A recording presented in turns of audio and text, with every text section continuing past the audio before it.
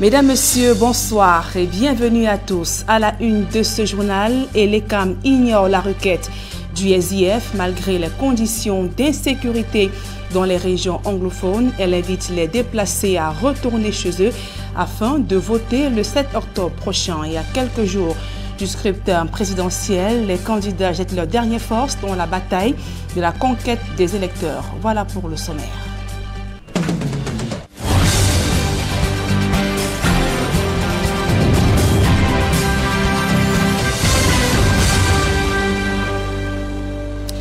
Mesdames, Messieurs, une fois encore, bonsoir et merci d'honorer ce rendez-vous de l'information sur Equinox Télévision. Je vous le disais en titre, Elections Cameroun invite les déplacés de la crise anglophone à retourner chez eux. Et le président du conseil électoral précise que des mesures de sécurité sont prises pour que les élections se déroulent dans tous les arrondissements des régions du nord-ouest et du sud-ouest Cameroun à 4 jours du scrutin présidentiel. Et l'ECAM affirme avoir tout pratiquement bouclé les préparatifs. On fait le point dans ce reportage de Joël Essenguet et de Aïe Cyril. À quelques jours de la présidentielle du 7 octobre 2018, Elections Cameroun se dit prêt. L'organe en charge du processus électoral a pratiquement bouclé les préparatifs regroupés en centre de vote. Et l'ECAM invite chaque déplacé à retourner dans sa zone de résidence initiale afin de retrouver le centre de vote dans lequel il a été affecté. Nous avons demandé à ceux qui sont déplacés de faire des transferts des votants dans les différentes zones où ils sont installés. Ça a été fait. Pour ceux qui n'ont pas respecté, parce que le registre doit être fermé, pour ceux qui n'ont pas eu à le faire, nous avons conseillé les régions du nord-ouest et du sud-est, dans tous les arrondissements de la région du nord, des régions du nord-ouest et du sud-ouest, et pratiquement dans tout le pays, les mesures sécuritaires ont été prises.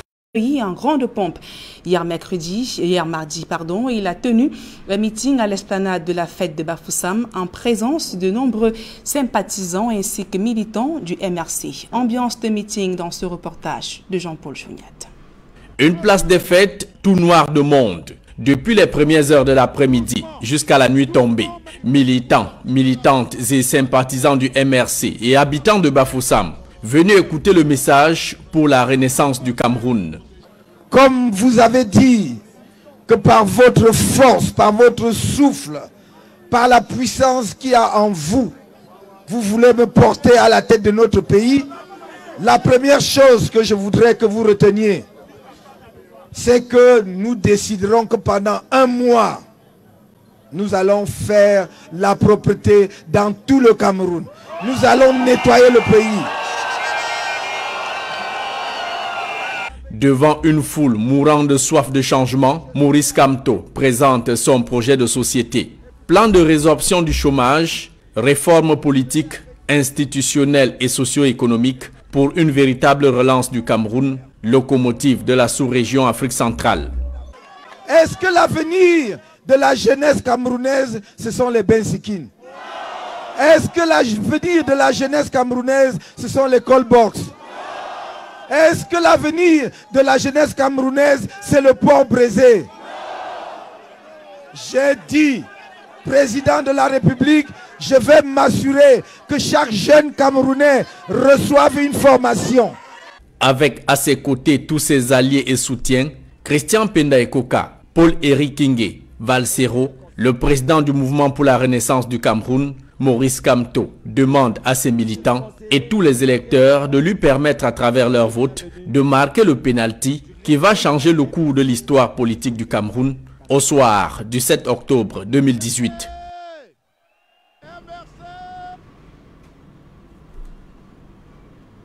Ambiance similaire dans la ville de Tchang, département de la Menoie, où malgré la pluie qui s'est abattue sur la ville ce mercredi matin, des milliers de sympathisants et militants sont venus soutenir leur candidat. Ils ont promis d'ailleurs de lui accorder leur suffrage le 7 octobre prochain devant une foule en liesse.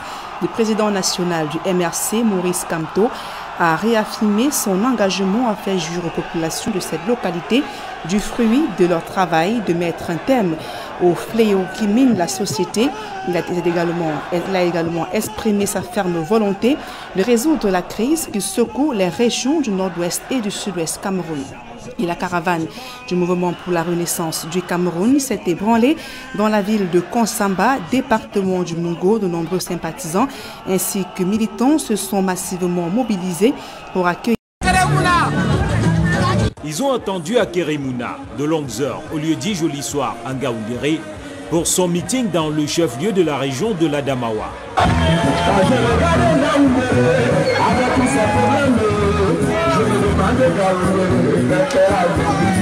Cette foule, essentiellement constituée de jeunes, a tout d'abord communié avec l'artiste Simon Longuet, qui accompagne le candidat du FPD et qui promet la sortie d'une chanson le 7 octobre à 6 h avec pour message phare la nécessité de retraite de Paul Biya. Devant ces nombreux jeunes, Keremouna a invité les populations de l'Adamawa à se rendre massivement aux urnes dimanche matin et à suivre le déroulement de ces élections jusqu'au dépouillement et la signature des procès-verbaux. Il a rappelé la place prépondérante qu'occupe la ville de Ngaoundéré dans sa stratégie, Ngaoundéré étant présenté comme son fief politique. Adamawa is my political domicile. Il a tout aussi présenté l'engouement et la mobilisation des jeunes comme la manifestation visible de la volonté collective de changement. Que les Camerounais restent sereins. S'il y a quelqu'un qui doit paniquer, c'est le gouvernement. Parce que leurs jours sont vraiment alors comptés.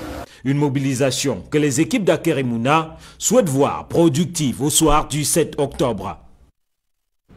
Et c'est toujours le mystère autour de Ndamjoya. À quelques jours de la clôture de la campagne électorale, le candidat de l'UDC est toujours invisible, mais les cadres de son parti se mobilisent sur le terrain à Fumban.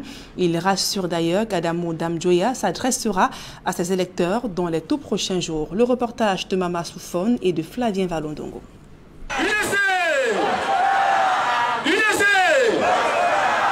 C'est un cri de ralliement des militants de l'UDC, l'Union démocratique du Cameroun, qui marque son engagement au scrutin du 7 octobre prochain. Une participation teintée de regrets due aux crises sociopolitiques et sécuritaires qui secouent le Cameroun. Ce n'est pas normal qu'on aille aux élections avec nos enfants qui meurent au nord-ouest et au sud-ouest, nos familles qui sont déchirées. Ce sont des Camerounais comme nous, ce ne sont pas les Camerounais, ce ne sont pas les Tchadiens. Pour un État qui doit réunir les enfants d'un même pays. Le meeting de l'UDC, organisé au marché de Fumban, dans le département du Noun, région de l'Ouest Cameroun, en l'absence du candidat Adamo Ndamjoya, ne perturbe en rien les ambitions des militants. Pour ces derniers, le dirigeant de cette formation politique n'a plus rien à démontrer après 5 ans de participation non fructueuse à une élection présidentielle au Cameroun. Après 2004, il y a eu les élections de 2011. Il est à sa 5e participation, il n'a rien à prouver au Camerounais. Il a un programme d'action qui est valable. Les militants de l'UDC ont un seul choix à faire, voter pour Adamo Ndamjoya le 7 octobre prochain. C'est ensemble que nous allons parachever le 7, tout ce travail que nous avons fait. Je pense que l'Union démocratique du Cameroun a des hommes d'expérience. Sur le terrain, l'opération de charme se déroule sûrement et de façon méthodique.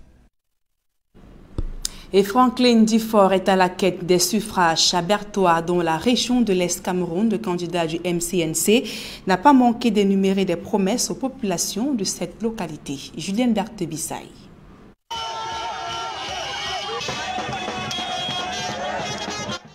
Une foule en liesse pour accueillir Franklin Difort à Bertoua, dans la région de l'Est. Devant militants et sympathisants, le candidat du mouvement national des citoyens camerounais a réitéré sa volonté de changer les conditions de vie des Camerounais si jamais il est élu au soir du 7 octobre.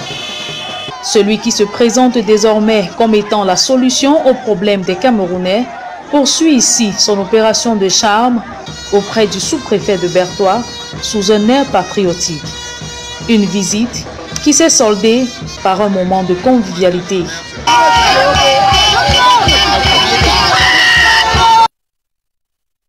Et toujours sur la route d'Etoudi 2018, l'ADD s'insurge contre l'accaparement des espaces d'affichage par le RDPC à Maroua, dans la région de l'extrême nord Cameroun. Le parti de Gagaman Adi a donc sillonné les quartiers de Bongoré ainsi que de Kakatari. Amato Daïro et Julingue Nyondé. Les militants de l'Alliance pour la démocratie et le développement ADD, sous-section Bongoré et Kakatare à Maroua, accusent le Rassemblement démocratique du peuple camerounais, RDPC, d'avoir violé la loi en confisquant tous les panneaux d'affichage. Selon eux, depuis le lancement de la campagne électorale, les affichages des 8 autres candidats sont presque invisibles. Bien plus, seules quelques rares photos à dimension réduite de leurs candidats, Garga Manadi, sont aperçues dans la ville. C'est anormal, parce qu'il y a la loi électorale qui dit que, c'est-à-dire les partis, tous les partis politiques doivent afficher leur effigie, c'est-à-dire de leurs candidats. Et que les municipalités doivent, c'est-à-dire mettre les panneaux dans toute la ville pour tous les partis politiques. On collait les effigies de leur président sur les arbres, mototaxis entre autres. Incriminés, les militants du Parti de la Flamme se défendent. Ils affirment que l'opposition aurait dû descendre sur le terrain dès le lancement de la campagne. On nous accuse d'avoir envahi la ville de Maroua. Nous avons lancé la campagne électorale le 22 septembre 2018. Immédiatement, les militants et militantes sont passés à l'action pour coller les affiches. Il y a de l'espace maroilais grand. Maroua, c'est la ville et du renouveau. Un parti d'opposition ne peut pas dire qu'il manque un espace pour mettre les affiches. Je ne vois pas là où il y a le bas blesse. À mon humble avis, il y en a toujours d'espace. Il y a la cohabitation ensemble. Chacun est libre de choisir son candidat et d'afficher là où il veut, là où la loi l'autorise. Le problème de l'occupation de l'espace médiatique pendant la période de campagne électorale pour la présidentielle du 7 octobre prochain continue de défrayer la chronique. Et la caravane de Joshua aussi est dans la ville d'Edéa et le candidat du SDF. De voter pour Joshua aussi, le 7 octobre. Le SDF à Loum distribue les affiches de campagne avec quelques lignes du programme de son candidat. Les militants du parti de la Balance n'hésitent même pas à conquérir les militants d'autres partis politiques. L'agriculture est subventionnée. Tu comprends, hein? Le cadre, on a beaucoup de projets. Les débuts de boissons, les marchés, tous les lieux susceptibles d'abriter des électeurs sont parcourus.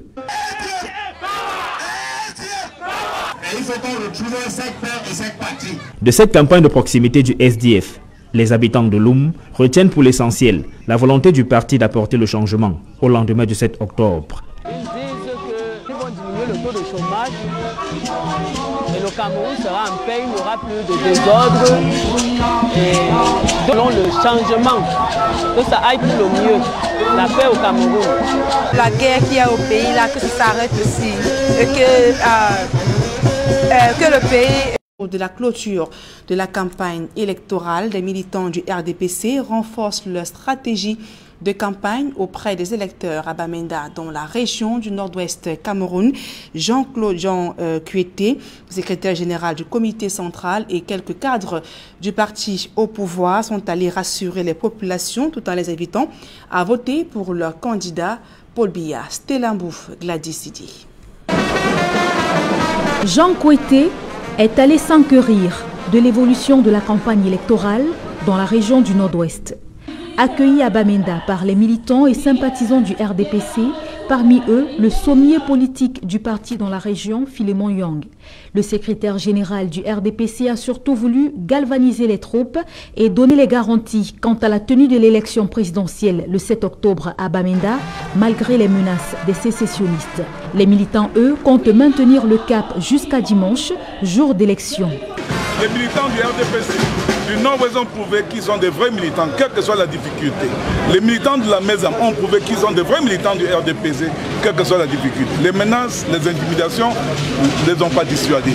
Ils sont venus en grand nombre, ils ont dansé, ils ont applaudi la venue du secrétaire général du comité central. Merci.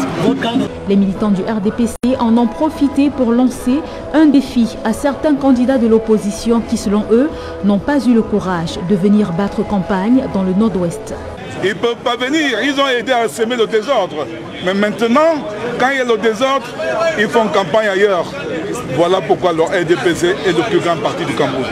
Le RDPC a opté pour la stratégie du porte-à-porte afin de toucher le plus d'électeurs possible. Nous avons notre stratégie qui était venue de la communauté centrale, de porte-à-porte.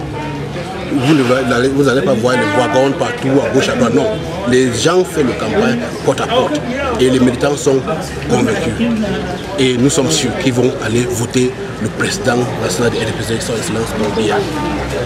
Au terme de sa visite dans le Nord-Ouest, Jean Kouété a eu des assurances des différents coordonnateurs régionaux. Les assurances selon lesquelles les populations du Nord-Ouest voteront Paul Biya le 7 octobre.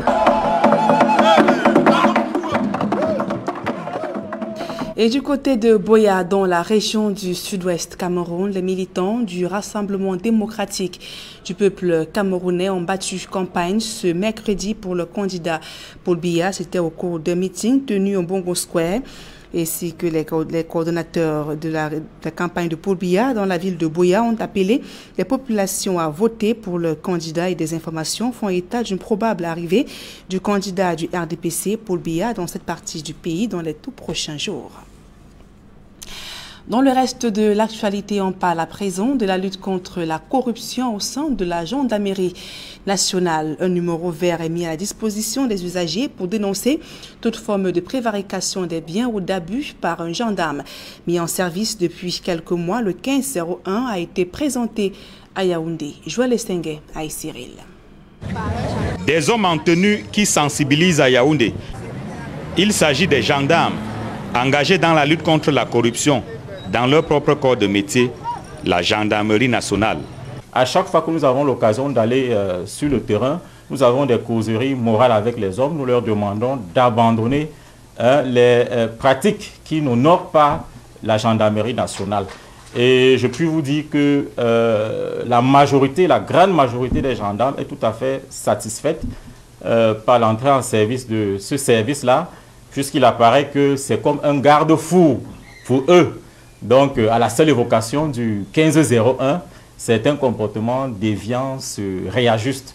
Un numéro vert est mis à la disposition des usagers pour dénoncer tout acte de corruption ou de prévarication commis par un gendarme, le 1501. Sur 24 et 7 jours sur 7. Donc, à tout moment de la journée, de la nuit, vous appelez le 1501. Quelqu'un, un opérateur, va vous répondre et va prendre en charge votre récrimination, dénonciation. Depuis le lancement de l'opération, il y a quelques mois, plus de 100 dénonciations ont d'ores et déjà été enregistrées au poste de commandement opérationnel de la gendarmerie nationale. L'objectif est d'atteindre le cap de zéro corruption, zéro abus et zéro harcèlement pour une gendarmerie de proximité.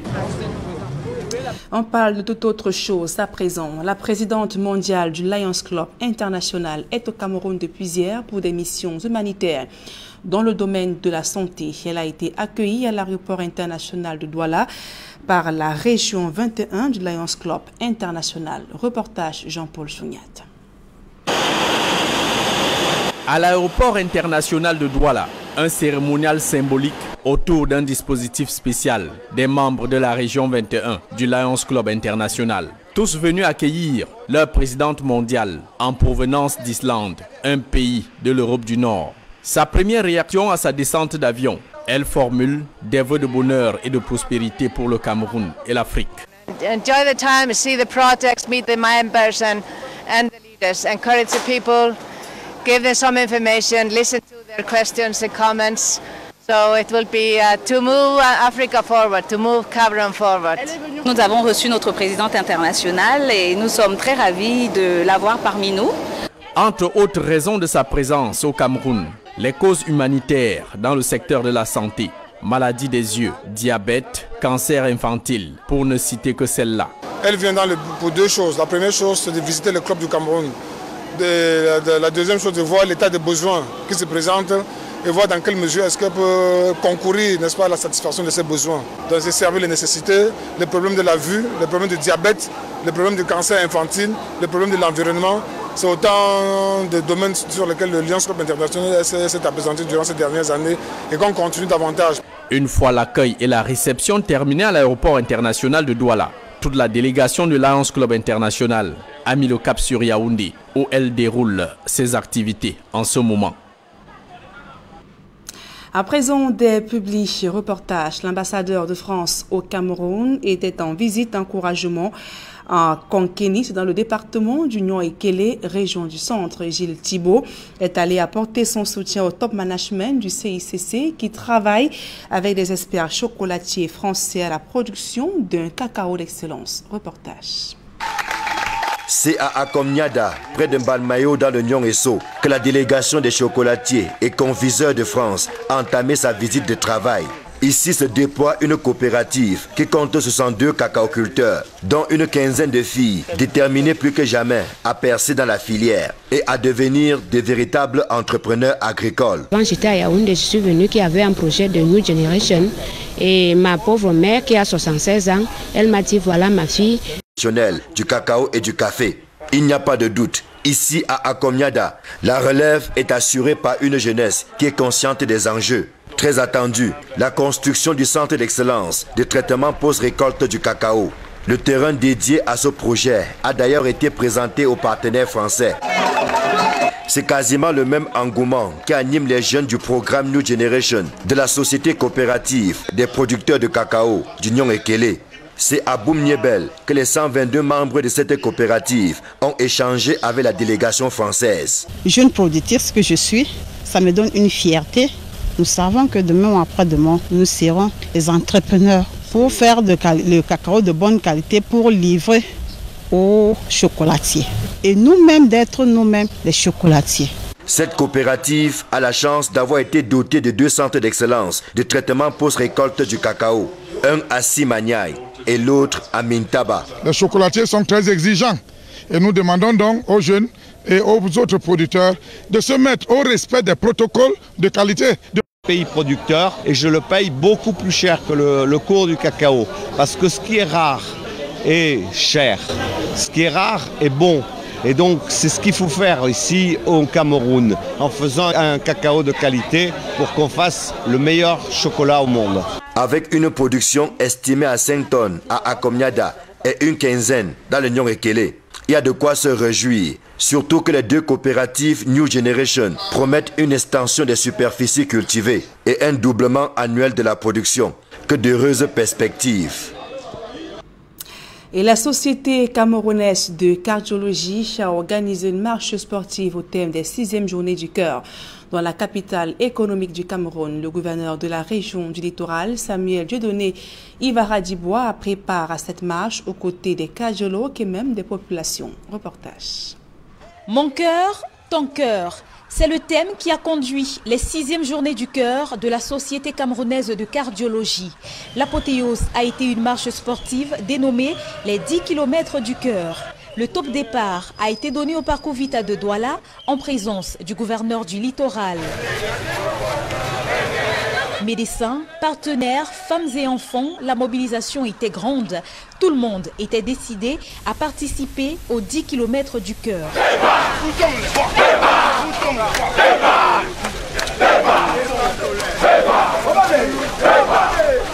Bonamoussadi, Makepe Misoke, Bepanda, école publique, c'est le même engouement et le même engagement qui ont animé les participants tout au long du trajet, jusqu'à l'arrivée au parcours Vita.